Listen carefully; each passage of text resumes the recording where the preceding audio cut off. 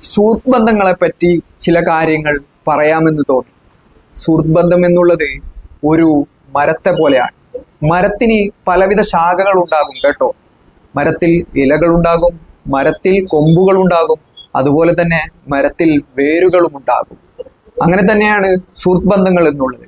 ചിലർ ഇലകളെ പോലെയാണ്. ഇലകൾ എന്നുള്ളത് സീസണലാണ്, അഥവാ മരത്തിൽ നല്ല കാലാവസ്ഥയിൽ ഇലകൾ ഉണ്ടാവുകയും മോശം കാലാവസ്ഥയിൽ കൊഴിഞ്ഞു പോവുകയും വീണ്ടും നല്ല കാലാവസ്ഥയിൽ തിരിച്ചു വരികയും ചെയ്യും.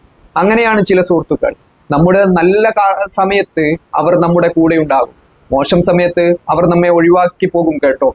വീണ്ടും നമ്മുടെ നല്ല സമയത്ത് അവർ തിരിച്ചു വരും. മറ്റൊരു വിഭാഗം എന്നുള്ളത് കൊമ്പുകളെ പോലെയാണ്. കൊമ്പുകൾ പലപ്പോഴും ശക്തമായ കാറ്റിലും കോളിലും ഒടിഞ്ഞു പോകും. അതുപോലെ തന്നെ നമ്മുടെ ജീവിതത്തിൽ വലിയ പ്രതിസന്ധികൾ ഉണ്ടാകുമ്പോൾ, പ്രയാസങ്ങൾ ഉണ്ടാകുമ്പോൾ, വലിയ വിഷമങ്ങൾ ഉണ്ടാകുമ്പോൾ നമ്മൾ അവരിലേക്ക് ചായാൻ നോക്കും. പക്ഷേ അങ്ങനെ ചായുമ്പോൾ അവർക്കത് താങ്ങാൻ കഴിഞ്ഞെന്ന് വരില്ല.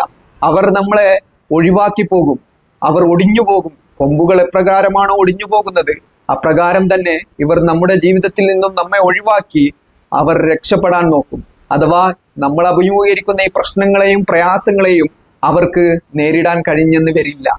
മറ്റൊന്നുള്ളത് വേരുകളാണ്. വേരുകൾ എന്നുള്ളത് പലപ്പോഴും ഏറ്റവും ശക്തമായ കാറ്റിനെയും കോളിനെയും അതിജീവിക്കാൻ ഒരു മരത്തെ പ്രാപ്തരാക്കുന്ന വിഭാഗമാണ്.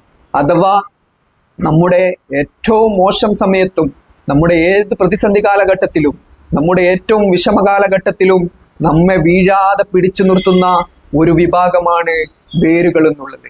ചില സുഹൃത്തുക്കൾ അത്തരത്തിലാണ്.